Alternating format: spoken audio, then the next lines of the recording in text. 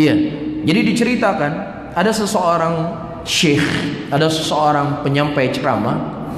Dia mengatakan, siapa bilang tidak boleh meminta kepada kubur?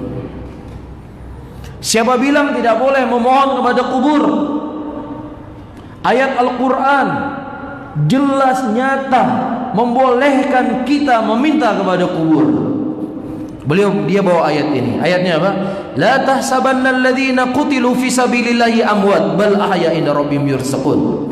Janganlah engkau menyangka bahwasanya orang-orang yang mereka mati di jalan Allah, mereka itu mati, tidak, mereka hidup.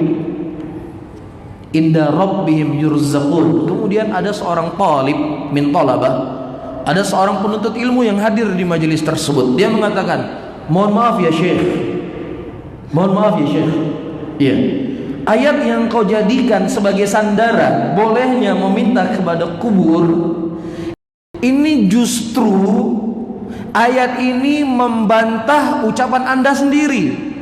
Dari sisi mana? Allah mengatakan dalam Al-Quran, inda rabbihim yurzaqun, dan mereka di sisi Rabb mereka, Allah mengatakan kalimat yurzaqun dengan di dhammah huruf ya. Di dhammah huruf ya, yurzaqun berarti di sini artinya mereka diberikan rezeki. Kalimat waw yurzaqun lah naibul anil fa'il.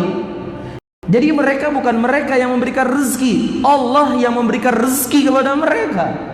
Lah kalau seandainya saja mereka masih butuh rezeki dari Allah, bagaimana kamu minta rezeki kepada mereka?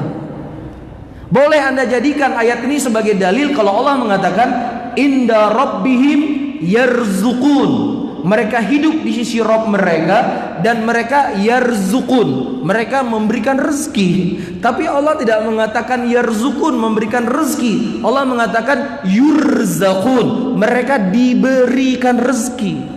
Beda kan? Yarzukun dengan yurzakun. Kalau yarzukun mereka yang memberikan rezeki, tapi kalau yurzakun mereka yang diberikan rezeki. Lah kalau mereka saja yang kamu minta rezekinya kepada mereka, mereka saja masih butuh rezeki dari Allah. Kenapa kau tidak minta langsung kepada Allah Subhanahu wa taala? Bisa difahami ya? Sehingga sungguh benar apa yang disebutkan oleh Syekhul Islam Ibnu Taimiyah rahimahullah, tidaklah seseorang mendatangkan sebuah ayat di dalam Al-Qur'an atau sebuah hadis Rasulullah sallallahu alaihi wasallam untuk membenarkan kebatilannya kecuali ada jawaban dari ayat itu sendiri. Dari ayat yang mereka gunakan, itulah ayat dia jadikan sebagai bantahan. Bisa difahami di sini? Ayyuhal ikhwan rahimani wa rahimakumullah. Ini satu. Dari sisi ayat tidak ada satupun yang menunjukkan demikian. Dan juga dari sisi praktek.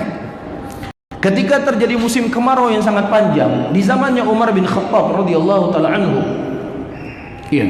Kemudian Umar bin Khattab berkata kepada Abbas, "Ya Abbas, dulu ketika Rasulullah sallallahu alaihi wasallam masih hidup, ya, kita mendatangi Nabi dan meminta kepada Rasul agar Rasulullah berdoa kepada Allah agar Allah menurunkan hujan kepada kita." Ini kata Umar.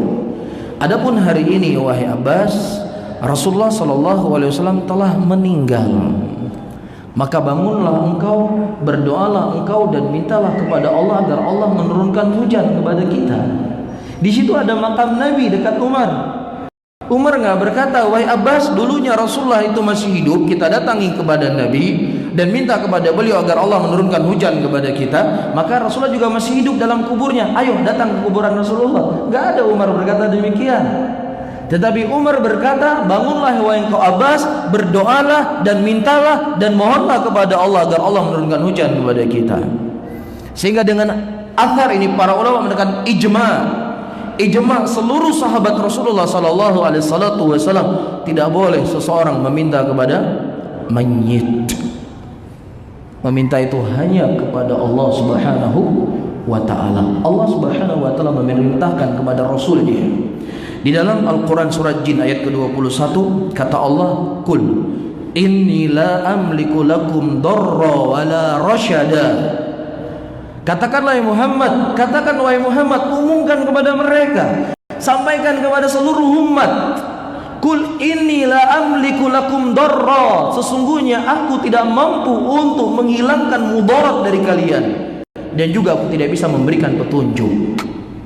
Rasul ketika masih hidup tidak mampu untuk menghilangkan mudarat pada dirinya dan bagi orang lain, bagaimana lagi setelah beliau wafat.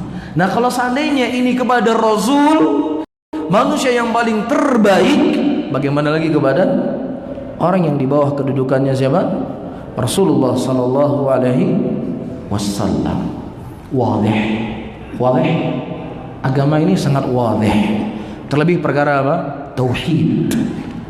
Terlebih perkara bahayanya kesyirikan. Hadza awdahul wuduh. Ini sesuatu yang paling jelas dari gamblang dibandingkan dengan perkara salat.